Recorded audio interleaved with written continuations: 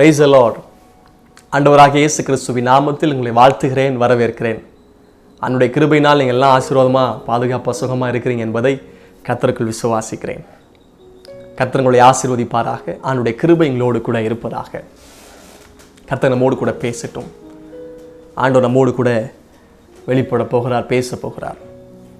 வெளிப்படுத்தல் 22ஆம் அதிகாரம் 11ஆம் வசனம் 12ஆம் வசனத்தை வாசிக்க கவனிக்கலாம்.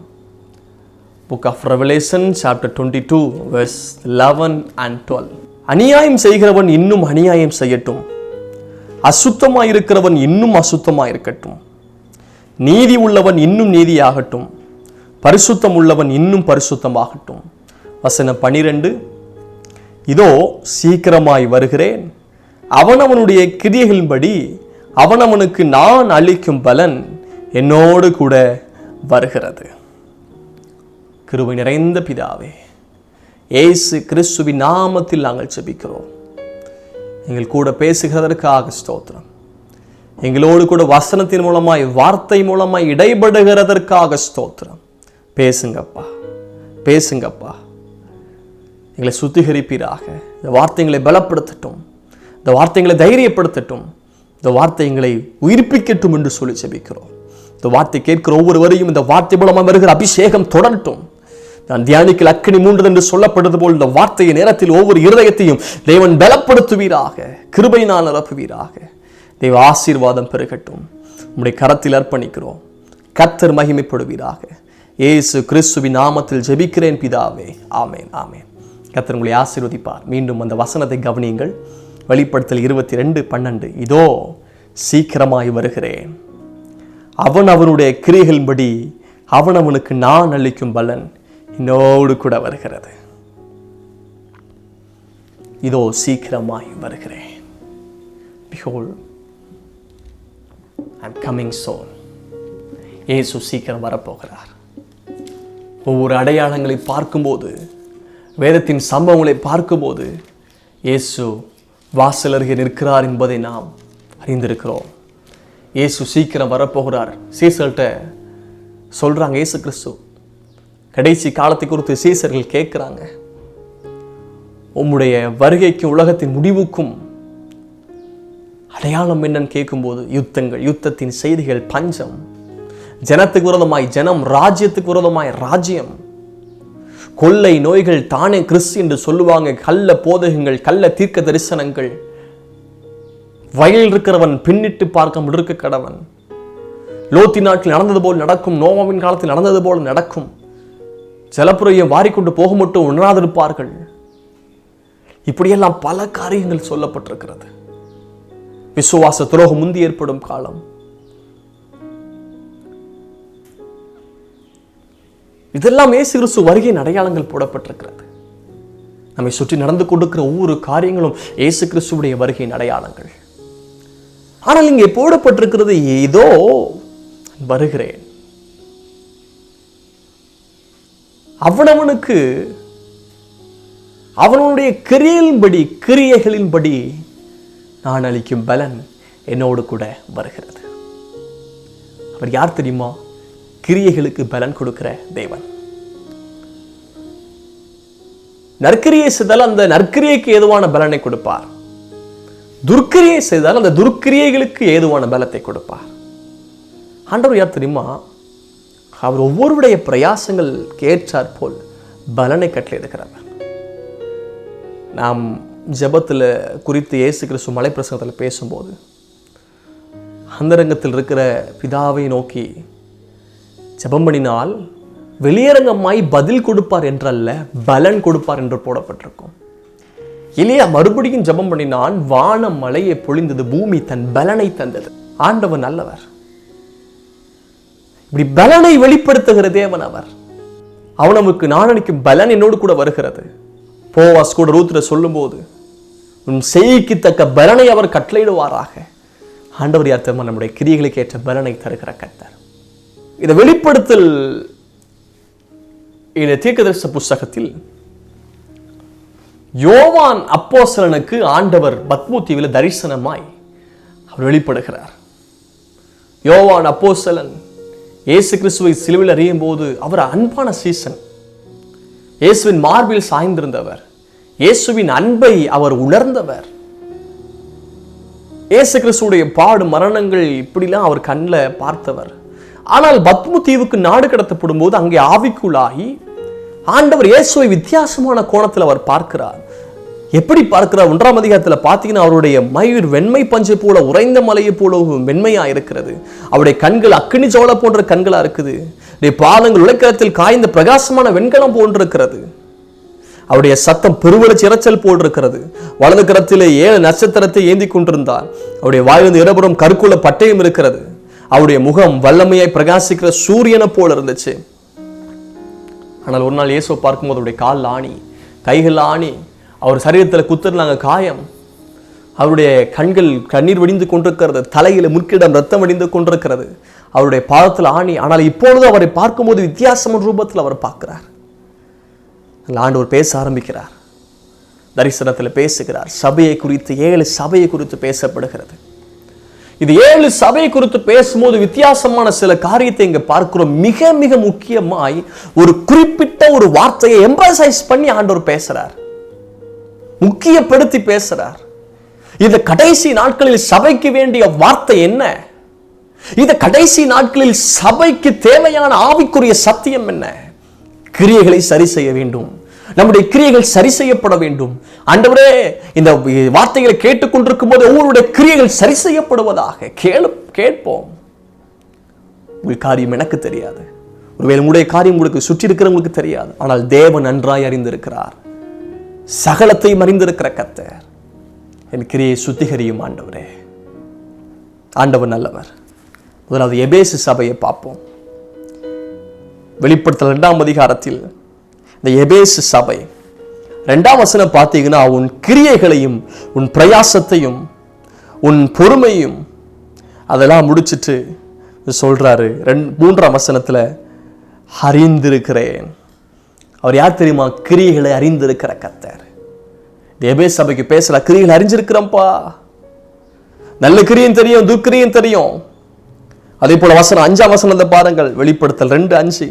ஆகையா நீ இன்ன நிலைமையிலிருந்து விழுந்தாய் என்பதை நினைத்து மனம் திரும்பி ஆதியிலே செய்த கிரியை செய்வாயாக. ஆதியிலே செய்த கிரியை, ஆதியிலே செய்த நற்கிரியை செய்ய. எபேசு சபையே, ஒருவேளை எபேசு சபை போன்ற அனுபவம் உங்களுக்குள் இருக்கிறதோ, விழுந்துட்டீங்களோ, உன் பேர்ல இன்னும் குறை உண்டுப்பா. நீ ஆதியில் கொண்டது அன்பை விட்டாய். ஒருவேளை ஆதியில் கொண்டது அன்பை விட்டத போன்ற ஆதியில் செய்த கிரியை இப்பொழுது இல்லையோ, அன்பின் கிரியை. ஆண்டவரே, எனக்கு ஆதியில் செய்த அன்பின் கிரியை எனக்கு இப்போ தாங்க ஆண்டவரே. 6ஆம் வசனம், நான் வெறுக்கிற நிக்கோலாய் மதஸ்தரின் கிரியைகளையும் நீ வெறுக்கிறாய், இதனிடத்தில் உண்டு. நல்லதான்ப்பா, நான் வெறுக்கிற நிக்கோலாய் மதஸ்தரின் கிரியைகளை நீ வெறுத்த, ஆனால் ஆதியில் கொண்டிருந்த அன்பின் கிரியை இல்லை. ஆண்டவர், ஆதியில் கொண்டிருந்த அன்பின் கிரியை எனக்கு தாங்க ஆண்டவரே. 2வது சபை சிமிர்னா சபை, 9ஆம் வசனம், 2ஆம் அதிகாரம் 9. உன் கிரியைகளையும் உன் உபத்திரவத்தின் நீ ஐஸ்வர்யம் உள்ளவனா இருந்தும் உனக்கு இருக்கிற தரித்திரத்தின் தங்கள் யூதன் என்று சொல்லி யூதர் அல்லாமல் சாத்தானுடைய கூட்டத்திற்கு செய்யும் தூசணத்தையும் அறிந்திருக்கிறேன். கிரியைகள் அறிஞ்சிருக்கிறப்பா. இந்த சபைக்கு எந்த தப்புமே இருக்காது. சிமிர்னா சபை, சில இடத்துல சிமிர்னா சர்ச்னு வச்சிருக்கிறாங்க. சிமிர்னா சபை, இந்த சபை தப்பு இல்லை, ஆனால் கிரியைகள் அறிஞ்சிருக்கிறார் ஆண்டவர். சிமிர்னா சபையின் கிரியை அறிஞ்சிருக்கிறார். எபேசு சபையின் கிரியை அறிஞ்சிருக்கிறார். ஆண்டவர் நல்லவர். 3வது பெர்கபு சபை, 2ஆம் அதிகாரம் 13ஆம் வசனம், உன் கிரியைகளையும் சாத்தானுடைய சிங்காசனத்தில் இருக்கிற நீ குடியிருக்கிறதையும் நீ என் நாமத்தை பற்றி கொண்டிருக்கிறதையும் இதெல்லாம் சொல்லிட்டு அந்த வசனம் முடியும் போது, நீ மறுதலியாமல் இருப்பதையும் அறிந்திருக்கிறேன். கிரியை அறிஞ்சிருக்கிறோம்ப்பா, கிரியை அறிஞ்சிருக்கிறோம்ப்பா. ஆண்டவர் யார் தெரியுமா? கிரியை அறிஞ்சிருக்கிறவர். 4வது சபை தியத்திரா, 19ஆம் வசனம் பாருங்கள். உன் கிரியையும் உன் அன்பையும் உன் ஊழியத்தையும் உன் விசுவாசத்தையும் உன் பொறுமையும் நீ முன்பு செய்த கிரியையிலும் பின்பு செய்த கிரியையிலும் அதிகமாக இருப்பதையும் அறிந்திருக்கிறேன். முன்பு செஞ்ச கிரியையும் இப்போ கிரியை அதிகமாக இருப்பதை அறிஞ்சிருக்கிறப்பா. ஆண்டவர் ஒவ்வொரு நாளும் கிரியை அறிஞ்சிருக்கிற கர்த்தரா இருக்கிறார். என்னுடைய முந்தைய நாளுடைய கிரியை அவருக்கு தெரியும், இப்பொழுது இருக்கிற கிரியை அவருக்கு தெரியும், நான் செய்ய போகிற கிரியை அவருக்கு தெரியும். அவர் சகலத்தையும் அறிந்திருக்கிற தேவன். அப்புறம் சொல்றார் பாருங்க, 22ஆம் வசனம், இதோ நான் அவளை கட்டில் கடையாக்கி அவருடைய பச்சாரம் செய்தவர்கள் தங்களுடைய கிரியைகளை விட்டு மனம் திரும்பும்படி, கிரியைகளை விட்டு மனம் திரும்புங்கன்னு நான் தருணம் கொடுத்தேன்ப்பா. 23ஆம் வசனம், அவருடைய பிள்ளைகள் கொள்ளுவேன், அப்பொழுது நானே உள்ளின் திரியங்களும் இருதயத்தையும் ஆராய்கிறவன் என்று எல்லா சபைகளும் அறிந்து கொள்ளும். அன்றி உங்களில் ஒவ்வொருவருக்கும் உங்கள் கிரியையின்படியே பலன் அளிப்பேன். ஒவ்வொருவருக்கும் கிரியையின்படி பலன் அளிப்பேன்ப்பா. தியத்திர சபைக்கு சொல்றாரு, ஒவ்வொருவருக்கும் கிரியைகளின்படி பலன் கொடுப்பேன். நான் சாதாரணமான தெய்வம் அல்ல, ஒரு சர்வ வல்லமையின் தேவன், இரக்கத்தின் தேவன் தான், மன உருக்கத்தின் தேவன் தான், கிருபையின் தேவன் தான். ஆனால் அதே நேரத்தில் அவர் நீதியோடும் நியாயத்தோடும் சத்தியத்தோடும் நியாயம் தீர்க்கிற கர்த்தர். அவர் கிரியையின்படி பலன் கொடுக்கிற தேவன், கிரியையின்படி பலன் கொடுக்கிறவர், பட்சபாதம் உள்ள தேவன் அல்ல. நாம் இருக்கிற இடத்துல எந்த சூழ்நிலையா இருந்தாலும் நாம் நம்முடைய கிரியை வெளிப்படுத்தலாமே. 26ஆம் வசனம், ஜெயம் கொண்டு முடிபறிந்தம் என் கிரியைகளை கை கொள்கிறவன் எவனோ. ஆண்டவருடைய கிரியை உண்டிருக்கிறது.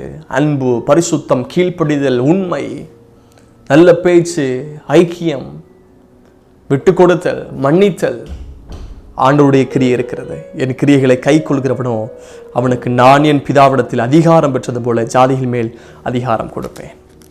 5வது சபை சர்தை 3ஆம் அதிகாரம் 1ஆம் வசனம், அதில் சொல்லும்போது, உன் கிரியைகளை அறிந்திருக்கிறேன், நீ உயிருள்ளவன் என்று பெயர் பெற்றிருந்தவனும் செத்தவனா இருக்கிற, நீ செத்தவனா இருக்கிறாய், உன் கிரியை அறிஞ்சிருக்கிறப்பா. செத்தவனா இருக்கிற, உயிருள்ளவனா இருந்து பெயர் பெற்றும் செத்தவனா இருக்கிற, உன் கிரியை அறிஞ்சிருக்கிறேன். 2ஆம் வசனம், நீ விழித்துக் கொண்டு சாகிறதுக்கு கேதுவா இருக்கிறவர்களை சிறப்படுத்தி, உன் கிரியைகள் தேவனுக்கு முன் நிறைய உள்ளவனாக நான் காணவில்லை. தேவனுக்கு முன்னாடி உன் கிரியை நிறைவா இல்லையப்பா. கிரியை தேவனுக்கு முன்னாடி மிக குறைவா இருக்கிறதோ. ஆண்டவன் நல்லவர். 6வது சபை பிலதெல்பியா சபை, அது நல்ல சபை, பிலதெல்பியா சர்ச்னு சொல்லுவாங்க. 8ஆம் வசனம், உன் கிரியைகளை அறிந்திருக்கிறேன், உனக்கு கொஞ்சம் பலன் இருந்தும் நீ என் நாமத்தை மறுதலியாமல் என் வசனத்தை கை கொண்டபடினால இதோ திறந்த வாசலை உனக்கு முன்பாக வைத்திருக்கிறேன், அதை ஒருவனும் பூட்ட மாட்டான், கிரியைகளை அறிந்திருக்கிறேன். நல்ல சபையோ, தேவனுக்கு பிரியமில்லாத காரியத்தை செய்கிற சபையோ, எந்த சபையா இருந்தாலும் அவர் கிரியைகளை அறிந்திருக்கிற தேவன். 7வது சபை லவோதிக்கா சபை 3ஆம் அதிகாரம் 15ஆம் வசனம், உன் கிரியைகளை அறிந்திருக்கிறேன், நீ குளிரும் அல்ல அனலும் அல்ல, நீ குளிராவது அனலையாவது இருந்தால் நலமாயிருக்கும். பாருங்க, கிரியைகளை அறிந்திருக்கிற தேவன். இப்படி 7 சபைக்கு பார்த்தீங்கன்னா கிரியைகளை அறிந்திருக்கிறேன், கிரியைகளை அறிந்திருக்கிறேன், கிரியைகளை அறிந்திருக்கிறேன் என்று மறுபடியும் பேசுகிறார். இந்த கிரியைகளை குறித்து பேசுற 2 சபை மாத்திரம் நல்ல சபை, சிமர்னா சபை மற்றும் பிலதெல்பியா சபை. இந்த கிரியைகளை குறித்து பேசிவிட்டு மிக முக்கியமான ஒரு காரியத்தை ஆண்டவர் பேசுறார் அந்த சபைகளுக்கு. என்ன அப்படின்னா, நான் சொல்லும்போது ஒவ்வொரு வசனத்தை கவனித்து நான் குறிப்பிட்ட ஒரு வார்த்தை இருக்கும். இப்பொழுது பல முறை இந்த 2ஆம் அதிகாரம் 3ஆம் அதிகாரத்தில் கிரியை கிரியை கிரியை என்று பல இடத்துல போடப்பட்டிருக்கிறது. கிரியை தான் ரொம்ப முக்கியம். வெளித்தோற்றம் கிறிஸ்தவன் மூல தோற்றம் அல்ல, இருதயத்தில் இருக்கிற மறைந்திருக்கிற சாந்தம், அன்பு, பரிசுத்தம் என்கிற நல்ல குணங்கள் தேவை. வெளிப்படுத்தல் 2ஆம் அதிகாரம் 5ஆம் வசனம், ஆகியால் நீ இன்னமிலிருந்து விழுந்தா என்பதை நினைத்து மனம் திரும்பி. ஒருவேளை வேதத்தை நீங்க எடுத்திருப்பீங்கன்னா அந்த இடத்துல ஒரு கோடு போட்டுக் கொள்ளுங்க, மனம் திரும்பி. இதை சபைக்கு ஆண்டு பேசுற எபேசு சபைக்கு மனம் திரும்பு. கிரியை அறிஞ்சிருக்கிறப்பா, ஆனாலும் கொஞ்சம் தப்பு இருக்குது, ஆதியில் கொண்டு அன்பை விட்டாய், ஆனா மனம் திரும்பு. மனம் திரும்பி ஆதில் செய்த கிரியை செய்வாயாக. மனம் திரும்புப்பா. சிமினா சபையில மனம் திரும்பிங்கிற வார்த்தை இல்லை. பெருகமு சபை 3வது சபை 2ஆம் அதிகாரம் 16ஆம் வசனம், நீ மனம் திரும்பு, இல்லாவிட்டால் நான் சீக்கிரமான இடத்தில் வந்து என் வாயின் பட்டயத்தால் அவர்களோட யுத்தம் பண்ணுவேன். மனம் திரும்பு, நீ மனம் திரும்பு, மனம் திரும்பு. ரிப்பண்ட். 4வது சபை தியத்திரா சபை பேசுறார். 21ஆம் வசனம், அவள் மனம் திரும்பும்படியாய் அவளுக்கு தவணை கொடுத்தேன், தன் வேசி மார்க்கத்தை விட்டு மனம் திரும்ப அவளுக்கு விருப்பம் இல்லை. இங்கே மனம் திரும்பு என்கிற வார்த்தை அவர் பேசுகிறார். மனம் திரும்பு, மனம் திரும்பு. இந்த சபைக்கும் அவர் சொல்லுகிறார் மனம் திரும்பு என்று பேசுகிறார்.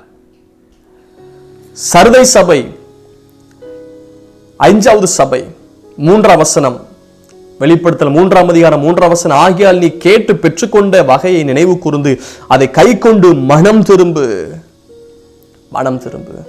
6ஆம் சபை பிலதெல்பியா சபைக்கு மனம் திரும்புங்கிற வார்த்தை இல்லை. 7வது சபை லவோதிக்கா சபை. இங்கே பேசுறார் 19ஆம் வசனம் கவனியுங்கள். 3ஆம் அதிகாரம் 19ஆம் வசனம், நான் நேசிக்கிறவர்களோ அவர்களை கடிந்து கொண்டு சிட்சிக்கிறேன், ஆகியால் நீ ஜாக்கிரதையா இருந்து மனம் திரும்பு. இப்படி ஒவ்வொரு சபைக்கும் மனம் திரும்பு என்று சொல்லுகிறார். ஆனால் சர்தை பிலதெல்பியா சபைக்கு மட்டும் மனம் திரும்புங்கிற வார்த்தை இருக்காது. மற்ற எல்லா சபைக்கும் மனம் திரும்பு. இயேசு கிறிஸ்துவுடைய முதல் பிரசங்கம் மனம் திரும்புகள், பரலோராஜ்யம் சமீபித்திருக்கிறது. யோவான் ஸ்நானனுடைய பிரசங்கம் மனம் திரும்புங்கள் என்று பேசுறார். பரிசுத்த அபிஷேகத்தை பெற்றுக்கொண்ட அந்த நாளிலே பேதுரு பிரசங்கம் பண்ணும்போது ஜனங்கள் கேட்கிறாங்க, நாங்க என்ன செய்ய வேண்டும்? அவர் சொல்றார், மனம் திரும்பி பாவ மன்னிப்பு கேட்டு ஞானஸ்நானம் பண்ணணும். மனம் திரும்பி என்கிற வார்த்தை பேசப்படுது. பல சபைகள் அவர் மனம் திரும்புதலை குறித்து அப்போஸ்தலனாகிய பவுல் பிரசங்கிக்கிறார், சீசர்கள் பிரசங்கிக்கிறாங்க, அப்போஸ்தலர்கள் பிரசங்கிக்கிறாங்க மனம் திரும்புதலை. முக்கியமான ஒரே வார்த்தை மனம் திரும்புதல். என்னுடைய மனசு தேவன் திருப்பப்பட்டு ஒரு டேர்னிங் பாயிண்ட் உண்டாகட்டும், ஒரு திருப்பு முனை உண்டாகட்டும். இன்றைக்கு ஒரு திருப்பு முனை உண்டாகட்டும். அவர் கிரியைகளை அறிந்திருக்கிற கர்த்தர், ஆனால் அதே சமயத்தில் கிரியைகளை சரி செய்கிறவராய் இருக்கிறார். உங்களை ஒப்பு கொடுத்தால் இன்றைக்கு கிரியை சரி செய்வார். இன்னைக்கு உணர்த்துறார், ஆதியில் கொண்டது அன்பின் கிரியை செய்ப்பா, துருக்கிரியை விட்டுருப்பா. தேவனுக்கு ஏற்றவங்களை செய்யுங்க, தேவனுக்குள்ள கிரியைகளை செய்யுங்க, என்னுடைய கிரியைகளை செய்யுங்க என்று சொல்றார். பழைய ஏற்பாட்டில் பார்க்கும்போது கத்திரத்தில் திரும்புன்னு தீர்க்கதரிசன புத்தகத்தில் எழுதப்பட்டிருக்கும். ஆனால் புதிய ஏற்பாட்டிலே மனம் திரும்பு. ஏதோ முடியும் போது அப்படித்தான் முடிகிறது. மனம் திரும்பு. கிரியைகளை குறித்து பேசுறார். இதோ சீக்கிரமாய் வருகிறேன், அவனுக்கு அவனுடைய கிரியைகளின்படி நான் அளிக்கும் பலன் என்னோடு கூட வருகிறது. இந்த கிரியைகள் சரி செய்வதற்காக தேவன் பேசுகிற வார்த்தையை மனம் திரும்பு. ஒவ்வொரு சபைக்கும் மனம் திரும்பினால் வாக்குத்தத்தம் கொடுக்கப்பட்டிருக்கிறது. அது 2 சபைக்கு கிரீடத்தை குறித்து பேசுகிறார். மனம் திரும்பி என்கிற வார்த்தை இல்லாத சபை அது நல்ல சபை. என்ன அப்படின்னா சிமிர்னாவும் பிலதெல்பியாவும். வெளிப்படுத்தல் 2ஆம் அதிகாரம் 10ஆம் வசனம், நீ படப்போகிற பாடுகளை குறித்து எவ்வளவு பயப்படாதே, இதோ நீங்கள் சோதிக்கப்படும் பொருட்டாக பிசாசானவன் உங்கள் சிலரை காவலில் போடுவான், 10 நாள் உபத்திரப்படுவீர்கள், ஆகிலும் நீ மரணபரிந்து உண்மையார், அப்போது ஜீவ கிடத்தை உனக்கு தருவேன். அடுத்த வாக்குத்தத்தம் பேசுற ஆவியானவர் சபைகளுக்கு சொல்கிறதை காதொருவன் கேட்கிறவன் ஜெயம் கொள்ளுகிறவன் 2ஆம் மரணத்திலே சேதப்படுவதில்லை என்று எழுது. 2ஆம் மரணம் என்பது அக்கினியும் கந்தம் இருக்கிற நரகம். ஜீவ கிடத்தை தருவேன் என்று பேசுவார் சிமிர்னா சபைக்கு. அதே போல பிலதெல்பியா சபைக்கு பேசும்போது 11ஆம் வசனம் 3ஆம் அதிகாரம் 11, இதோ சீக்கிரமாய் வருகிறேன், ஒருவனும் உன் கிரீடத்தை எடுத்துக்கொள்ளாதபடிக்கு, உனக்குள்ளதை பற்றி கொண்டு உன் கிரீடத்தை எடுத்துக்கொள்ளாதபடிக்கு. ஆண்டவர் நல்லவர்.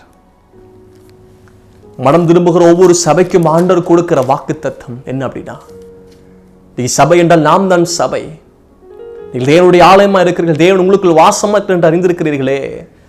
நாம் தேவனுடைய வீடா இருக்கிறோம், தேவனுடைய ஆலயமா இருக்கிறோம். இந்த 7 சபை போன்ற அனுபவங்கள், கெட்ட அனுபவங்கள், கெட்ட கிரி நமக்குள் இருக்குமானால், ஆண்டவரே எனக்கு மன்னியும், நான் மனம் திரும்புகிறேன் சொல்லி சொல்லுங்க.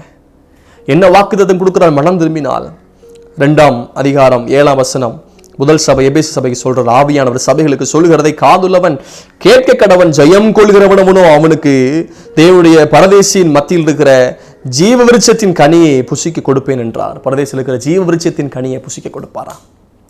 11ஆம் வசனம் 2ஆவது சபைக்கு சிமிர்னா சபைக்கு சொல்றார், ஆவியானவர் சபைகளுக்கு சொல்கிறதை காதுள்ளவன் கேட்க கடவன், ஜெயம் கொள்கிறவன் 2ஆம் மரணத்தினால் சேதப்படுவதில்லை என்றது. 3ஆவது சபை பெருகமு சபைக்கு அவர் சொல்லி முடிக்கும் போது 17ஆம் வசனம், ஆவியானவர் சபைகளுக்கு சொல்கிறதை காதுள்ளவன் கேட்க கடவன், ஜெயம் கொள்கிறவனுக்கு நான் மறைவான மன்னாவை புசிக்க கொடுத்து அவனுக்கு வெண்மையாய் குறிக்கல்லையும் அந்த கல்லின் மேல் எழுதப்பட்டதும் அதை பெறுகிறவனே என்று வேறொருவனும் அறியக்கூடாததுமான புதிய நாமத்தை கொடுப்பேன் என்றது.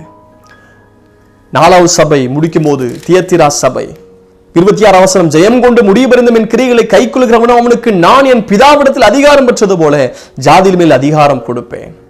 சரதை சபைக்கு அவர் முடிக்கும் போது 5ஆம் வசனம் 3ஆம் அதிகாரம் 5ஆம் வசனம், ஜெயம் கொள்கிறவன் அவனோ அவனுக்கு வெண்வஸ்திரத்தை தரிப்பிக்கப்படும், ஜீவ புஸ்தகத்திலிருந்து அவனுடைய நாமத்தை நான் கிறுக்கி போடாமல் என் பிதா முன்பாகவும் அவனுடைய தூதர் முன்பாகவும் என் நாமத்தை அறிக்கையிடுவேன். பிலதெல்பியா சபை கொடுக்கிற வாக்குத்தத்தம் 12ஆம் வசனம் 3ஆம் அதிகாரம், ஜெயம் கொள்கிறவன் அவனோ அவன் என் தேவனுடைய ஆலயத்தில் தூணாக்குவேன், அதின்று அவன் ஒரு காலம் நீங்குவது இல்லை, என் தேவனுடைய நாமத்தையும் என் தேவனால் பரலோகத்தில் இருக்கிற புதிய எருசலேம் ஆகிய என் தேவனுடைய நகரமாகிய நாமத்தையும் என் புதிய நாமத்தையும் நான் எழுதுவேன்.